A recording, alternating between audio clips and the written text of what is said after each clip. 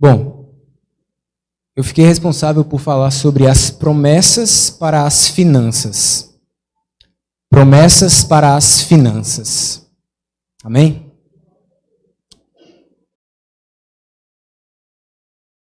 Antes de qualquer coisa, eu queria fazer uma relação entre o sacrifício proporcionalmente se relacionando com a liberação de poder. Como assim? Primeira coisa que eu quero que você entenda, para você compreender tudo que eu vou ministrar hoje à noite é: a depender do nível de sacrifício que você fizer, vai ser liberado um poder da parte de Deus. Vocês me entendem? Amém? Como assim? Eu posso falar basicamente 3 exemplos práticos para poder ilustrar isso. O primeiro, bem palpável, bem tangível. Quando Jesus ele morre na cruz, vocês acham que foi um sacrifício fácil, médio ou difícil? Muito difícil, né? E o poder que foi liberado?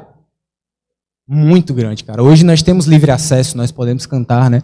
Se a gente entendesse o que é esse livre acesso, velho, meu Deus, nós não merecíamos, nós somos falhos, pecadores. E hoje nós temos esse poder pelo sacrifício que ele fez. Amém?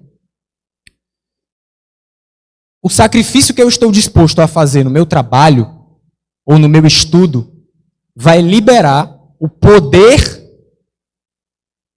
necessário ou proporcional ao que eu estiver disposto a sacrificar.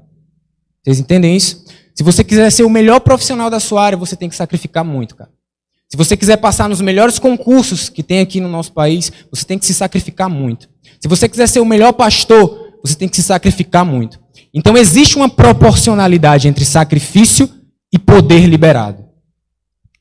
Sendo que nem tudo são flores, né, Gabi? Ou seja, para o reino das trevas, isso também é real.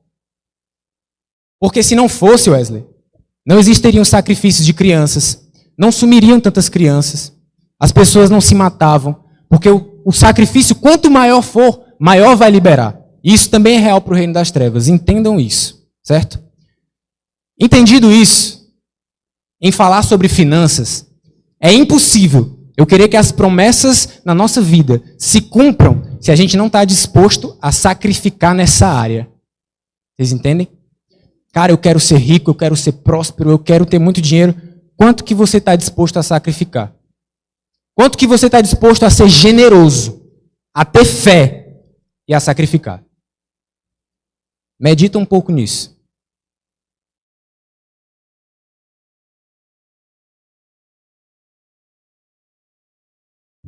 Eu falei para vocês 3 fundamentos: generosidade, fé e sacrifício. É sobre essa ótica que eu queria ministrar essa noite. Eu vou contar 2 histórias. O tema dessa palavra poderia ser intitulado como os 2 espíritos. Eu quero falar sobre 2 espíritos que a gente tem que tomar como exemplo. Mas antes, falando sobre esses 3 fundamentos, generosidade, fé e sacrifício, eu vou ler 3 passagens bíblicas só para vocês entenderem do que se trata: generosidade, fé e sacrifício. Amém? Tá pronto aí, Rebeca? Os 2 espíritos. Isso.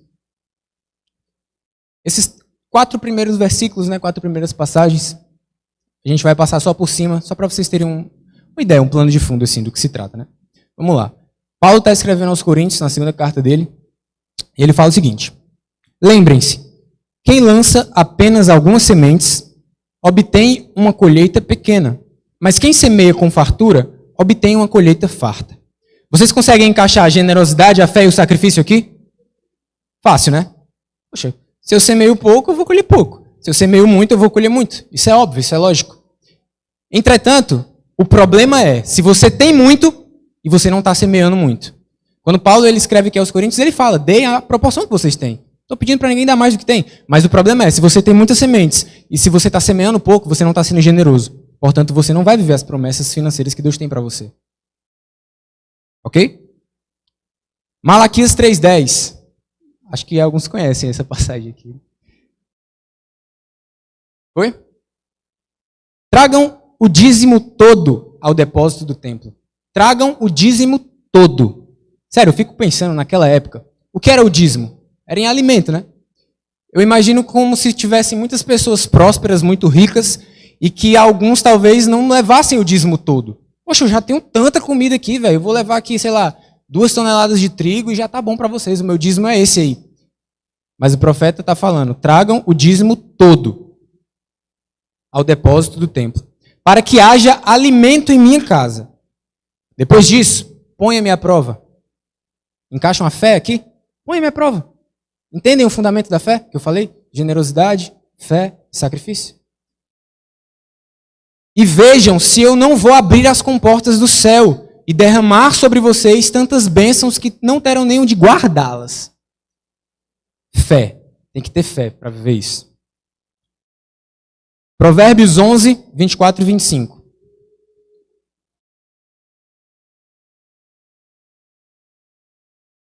Na minha versão está diferente, mas eu vou ler aqui.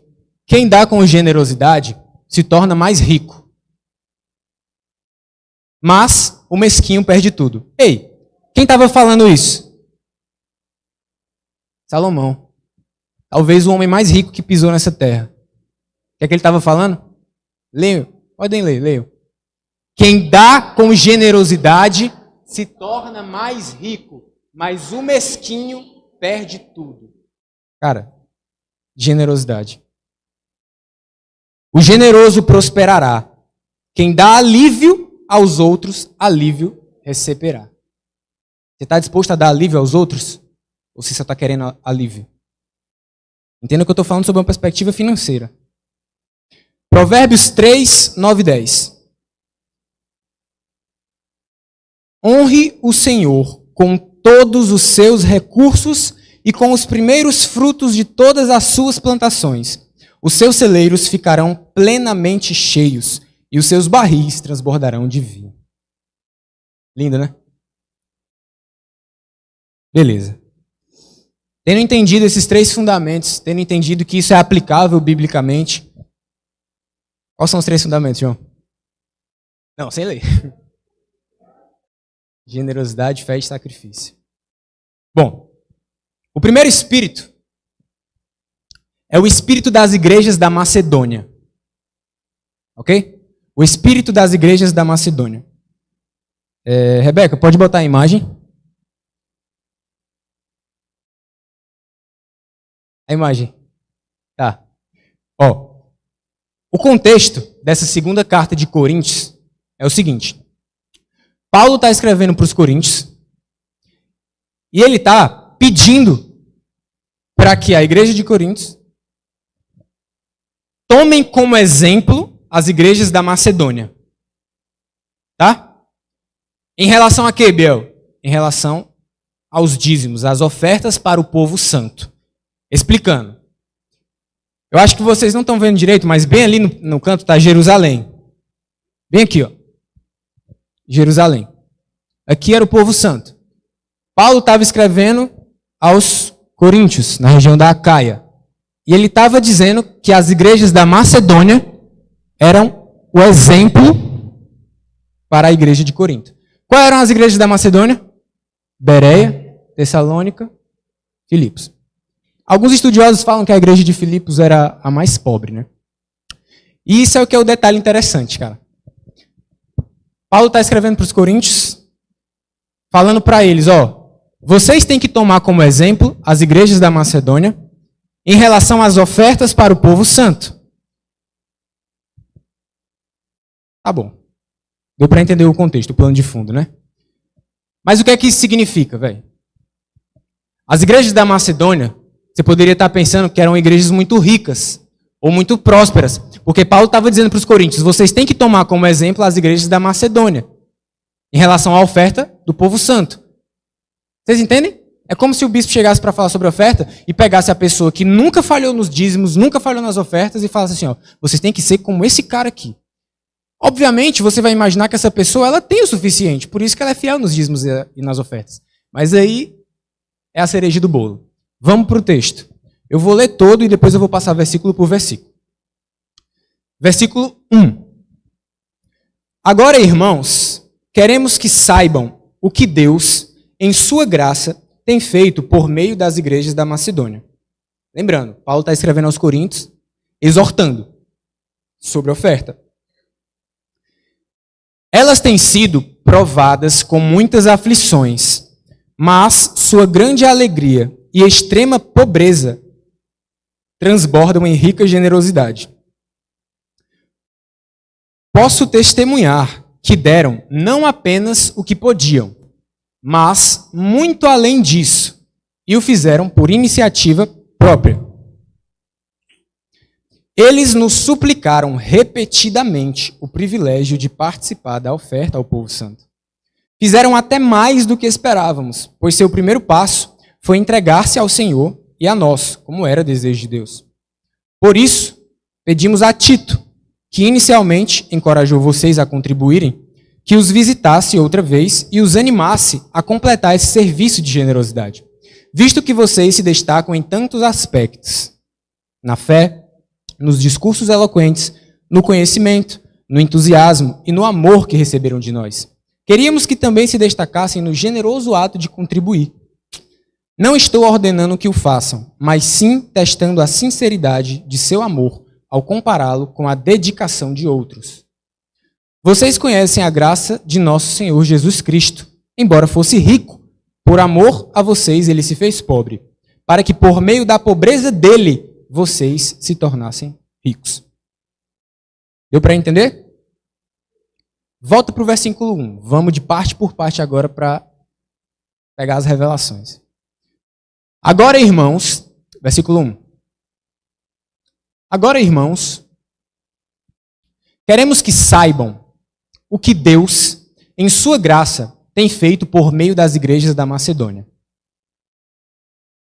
Paulo poderia simplesmente ter falado que o mérito era das igrejas da Macedônia. Quando ele foi falar para os coríntios, ele disse assim, entendam, saibam o que Deus tem feito em sua graça. E ele está falando de 3 igrejas pobres, com extrema pobreza, que eram generosas. E a primeira coisa que ele diz é, Coríntios, saibam o que Deus fez em sua graça por meio das igrejas da Macedônia. Qual é a lição que eu tiro aqui, Wesley? A generosidade é um dom, é uma graça dada por Deus. Quantos de nós temos pedido generosidade? Quantos de nós temos orado assim, Senhor, me ensina a ser um homem generoso, me ensina a ser uma mulher generosa. Eu quero ser generoso. Poxa, velho, vocês entenderam o contexto aqui, né? Era uma igreja em extrema pobreza, e eles eram generosos. Vinha propriamente deles, a mentalidade humana daquela galera, creio eu, que não queria ofertar. Mas o que é que Paulo fala? Saibam o que Deus tem feito em sua graça. Paulo era um cara muito inteligente, velho. A primeira coisa que ele fala é, entendam que está vindo de Deus. Essa generosidade está vindo de Deus. Amém? De hoje em diante, coloquem isso nas orações, velho. Coloquem isso nas orações. Ser generoso é algo espiritual, é algo que vem de Deus. Então peçam. Se você não tem, é normal, você é humano. A Bíblia não está falando que é dos homens ser generoso, é normal. Não se sinta diferente dos outros. Poxa, eu não quero contribuir, eu não quero dar, isso é normal, velho. A natureza humana é assim. E Paulo está dizendo, a graça vem de Deus. Peçam para ser generosos. Amém? No versículo 2, ele vai falar o seguinte.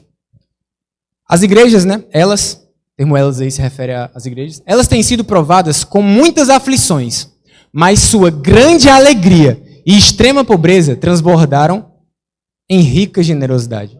Cara, as suas tribulações, as suas aflições, as suas extremas pobrezas ou dificuldades têm transbordado em imensa generosidade? Cara, que lição. Que tapa na cara da gente. Porque às vezes a gente reclama. Puxa, não tenho dinheiro, não tenho transporte, não tenho dinheiro para gasolina, não tenho dinheiro para comprar presente, não tenho dinheiro para viajar, não tenho dinheiro para fazer nada. Extrema pobreza. Ninguém aqui vive na extrema pobreza não, tá? Ninguém aqui vive na extrema... Você tem o que comer, você tem o que beber, ninguém aqui vive em extrema pobreza. A extrema pobreza e as muitas aflições fizeram transbordar grande generosidade. Que lição, que lição. Esse é o espírito das igrejas da Macedônia. Versículo 3. Olha o que Paulo está falando. Posso testemunhar que deram não apenas o que podiam, mas muito além disso, e fizeram por iniciativa própria. Cara, isso chega a ser surreal. Isso não vem da natureza humana. É como se você não tivesse nada, extrema pobreza. E eu vou dar além do que eu posso. E por iniciativa própria. Tá maluco. Versículo 4. Olha que interessante. Eles nos suplicaram repetidamente o privilégio de participar da oferta do povo santo. Privilégio. Privilégio, cara. Privilégio. Quando Paulo fala que eles nos suplicaram repetidamente, quer dizer que não foi de primeira que Paulo aceitou. Não foi. É como se eles... Galera lá da região da Macedônia, né? Paulo, a gente quer contribuir. Ele, não, vocês não tem nem para vocês não vão contribuir não na oferta para o povo santo. A gente quer. Eles, por favor, deixa eu contribuir, porque eu sei que é um privilégio contribuir para a obra do Senhor. Lição, né? Que lição. Que lição. Privilégio de ofertar. Isso nos faz receber as promessas na área financeira. Isso nos faz. Lembra dos 3 fundamentos? Sacrifício, fé e generosidade. Versículo 6. Por isso pedimos a Tito, que inicialmente encorajou vocês a contribuírem, que os visitasse outra vez e os animasse a completar esse serviço de generosidade. Visto que vocês se destacam em tantos aspectos, na fé, nos discursos eloquentes, no conhecimento, no entusiasmo e no amor que receberam de nós. Queríamos também que se destacassem no generoso ato de contribuir. Loucura. Cara, vocês se destacam em tudo, nos discursos eloquentes, na fé. Tudo muito lindo. Mas eu queria também que vocês fossem generosos no ato de contribuir. Por quê? Versículo 8. Não estou ordenando que façam, mas sim, prestem muita atenção nisso. Isso daqui é uma das coisas mais absurdas. Absurdas assim no bom sentido. Não estou ordenando que façam, mas sim testando a sinceridade do seu amor ao compará-lo com a dedicação dos outros. Cara, que pancada assim na nossa cara. Eu estou testando a sinceridade do seu amor quando eu comparo o que você tem contribuído em relação aos outros.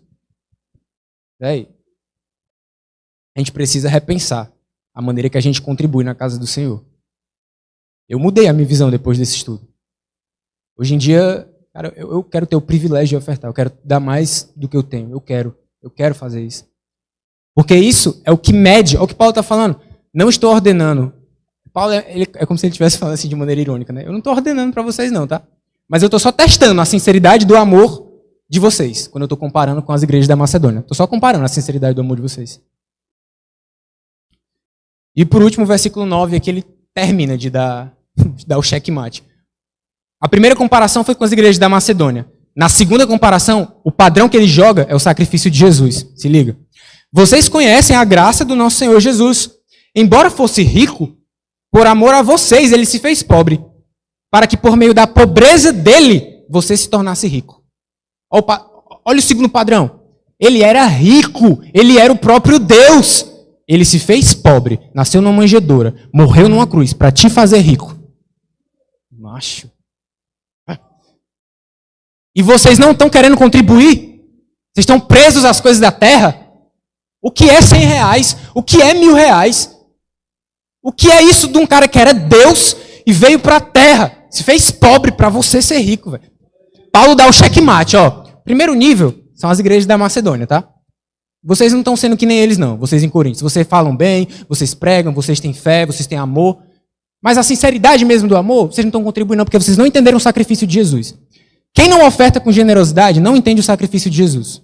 Não entende. Não entende. E isso destrava a vida financeira, velho. Quando o bispo e a bispa chegam aqui e falam a oferta de R$1.000 para destravar, não é brincadeira, velho. Destrava. A bispa poderia vir aqui, o bispo... Eu cheguei na igreja há 2 anos. Se eles contarem testemunhos aqui, eu acho que eles podem passar a noite inteira de pessoas que ofertaram R$1.000 e romperam. Não é uma coisa da cabeça deles, é bíblico, está aqui. Não é uma coisa da minha cabeça, é bíblico, está aqui. Vocês estão entendendo? Esse é o primeiro espírito, o espírito das igrejas da Macedônia. Segundo espírito, eu queria que você fosse lá para o livro de Reis, 1 Reis, capítulo 17.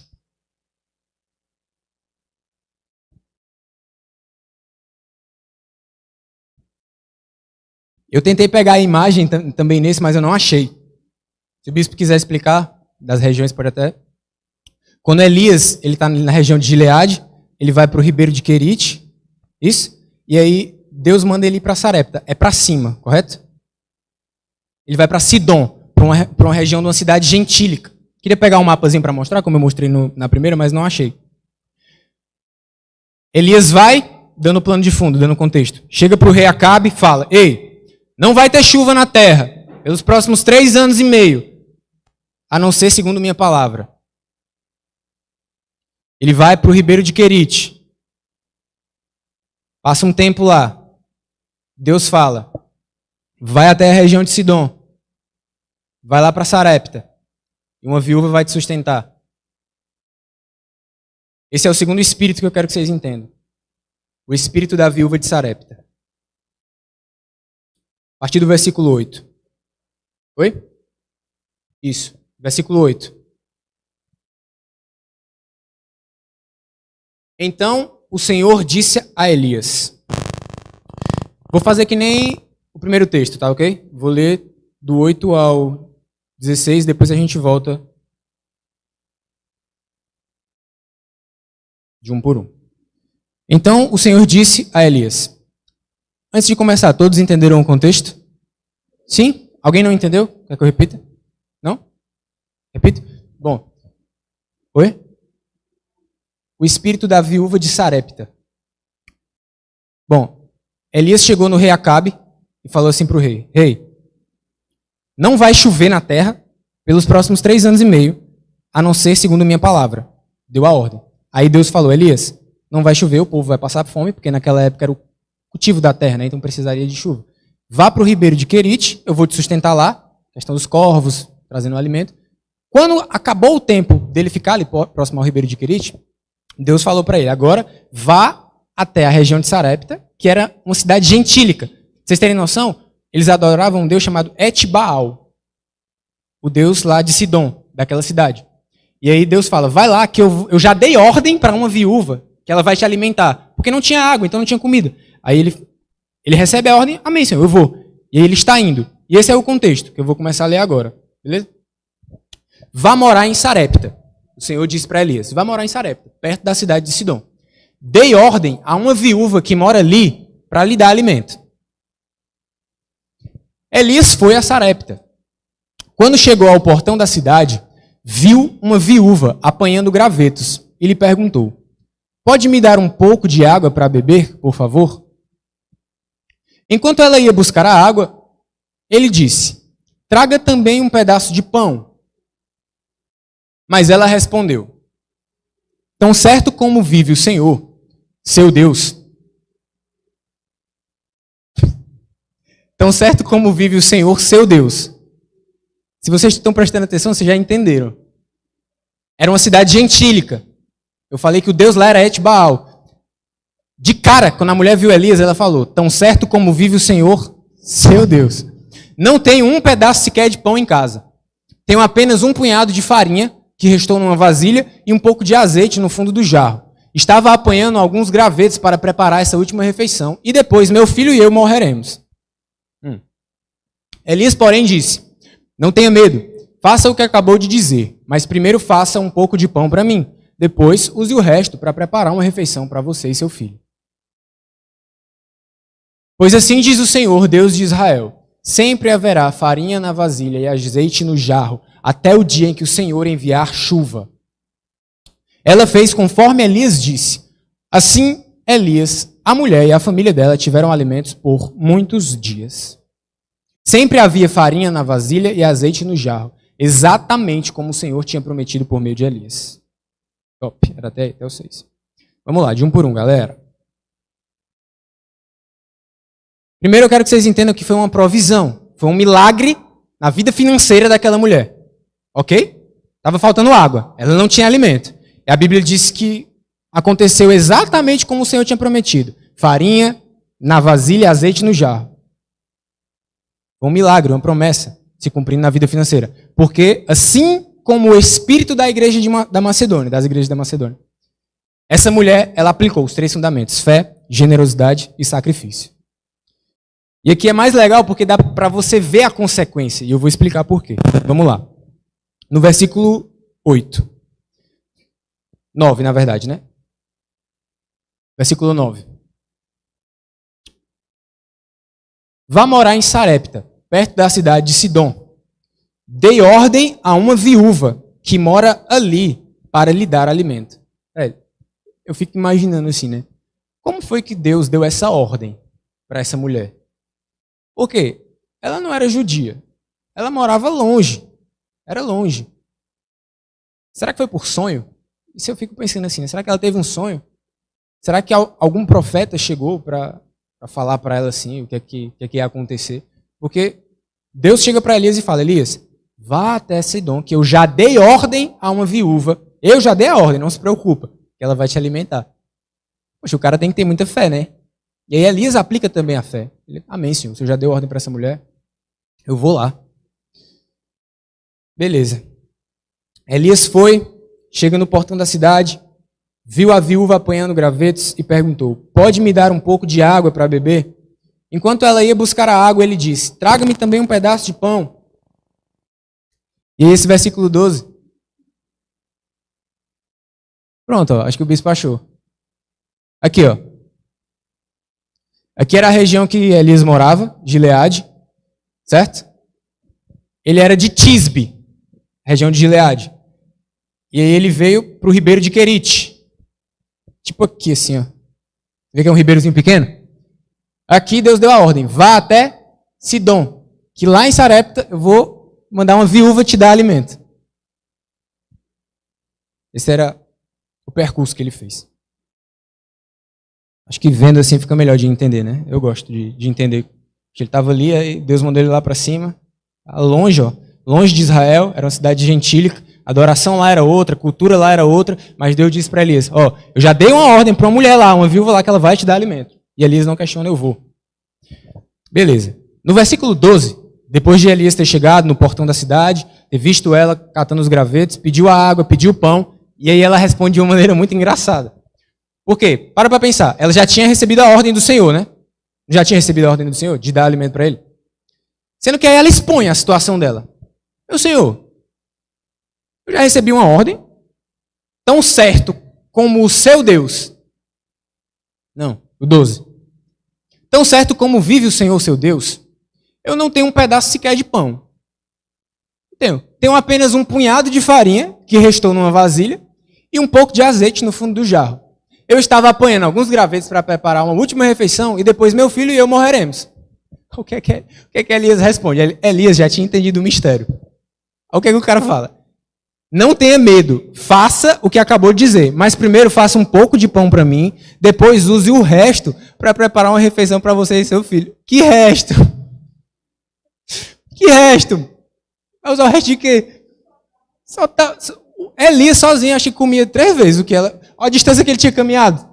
O cabo devia estar cansado com sono. Só Elias sozinho comia o que aquela mulher comia na semana, ela e o filho dela. Aí o cara já tinha entendido o mistério. Faz o que tu disse e o resto prepara para mim. Sabe quem é o mais doido disso tudo? Não é Elias, não, é a mulher. Porque ela vai e faz. Ela, tá bom, vou fazer. Ela foi lá e fez, né? Por quê? Quais são os 3 fundamentos? Olha o que ela fez. Se ela não se encaixou perfeito nos 3 fundamentos, tá bom, vou fazer. E aí Elias diz no verso 14: pois assim diz o Senhor Deus de Israel, sempre haverá farinha na vasilha e azeite no jarro, até o dia em que o Senhor enviar a chuva. Quero que você preste muita atenção aqui, que aqui é um milagre. Olha que legal, cara. Estava assistindo um pastor falando e ele trouxe um plano de fundo muito interessante sobre isso e eu vou passar para vocês, tá? Olha o nível desse milagre, olha o que aconteceu. Vocês lembram quanto tempo ficou sem água? 3 anos e meio. 3 anos e meio, tá? No versículo 14, Elias está dizendo, sempre haverá farinha na vasilha e azeite no jarro até o dia que o Senhor enviar a chuva. Ou seja, calma. Elias primeiro foi para o ribeiro de Querite. Alguns estudiosos falam que aquele ribeiro demoraria em torno de 6 meses para secar. Vocês viram, né, como era estreitinho? No máximo, se ele durar 6 meses para secar, porque não tinha água. Acabou a água. Sobrariam quanto tempo? 3 anos. E Elias fala, velho, que não faltou. Não faltou azeite nem farinha por 3 anos durante aquela viúva. Olha o milagre. Olha o milagre, velho. Uma mulher que soube sacrificar, soube ter fé e soube ter generosidade. Deus deu provisão financeira, porque não me diga que aquilo ali não era financeiro.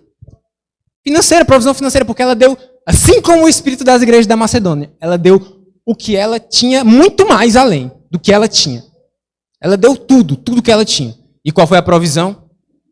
3 anos aí pra ti. Fica imaginando ela, botando a mão ali dentro da vasilha. Não acaba não isso aqui.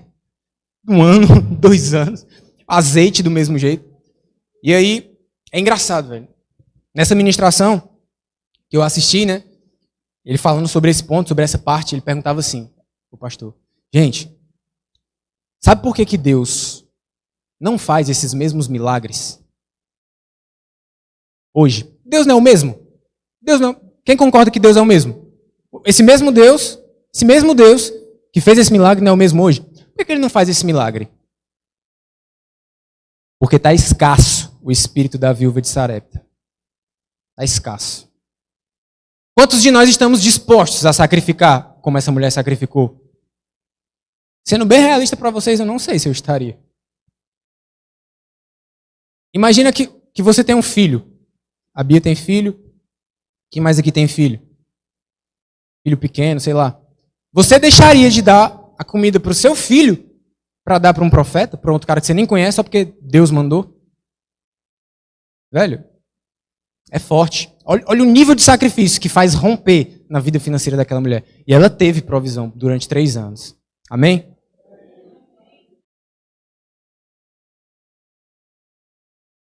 Para finalizar, eu queria só fazer uma pergunta para vocês, para a gente orar. Diante de tudo isso que foi ministrado, os 3 fundamentos, os 2 espíritos, deu para entender bem, né? Como que a gente vai viver as promessas financeiras na vida do Senhor. Quantos estão dispostos a sacrificar? Amém? Eu realmente creio que Deus ele quer nos tornar prósperos. Ele quer. Ele quer muito, cara. Mas primeiro ele vai testar onde está o coração de cada um. Assim como José. José foi o governador do Egito, um dos caras que teve mais dinheiro. Mas primeiro Deus falou, deixa eu testar teu coração. Deixa eu ver se tu tem fé. Vai passar 7 anos aqui, sofrendo, sendo injustiçado. Teu coração foi aprovado? Receba agora a prosperidade. Caminhar nas promessas do Senhor em relação à vida financeira, em relação às finanças, Deus vai testar teu coração. E quando estiver na hora do aperto, dê mais do que você tem, filho. Dê mais do que você tem. Entendendo o princípio que rege isso. Você quer um milagre na sua vida financeira? Esteja disposto a sacrificar. Libere o poder de Deus através do seu sacrifício.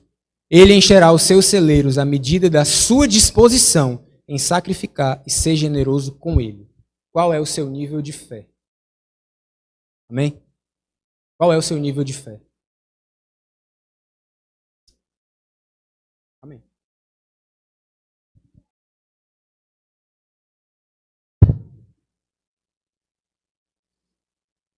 Deus vai repetir a partir de onde? Libere o poder de Deus através do seu sacrifício. Ele encherá os seus celeiros à medida da sua disposição em sacrificar e ser generoso com ele.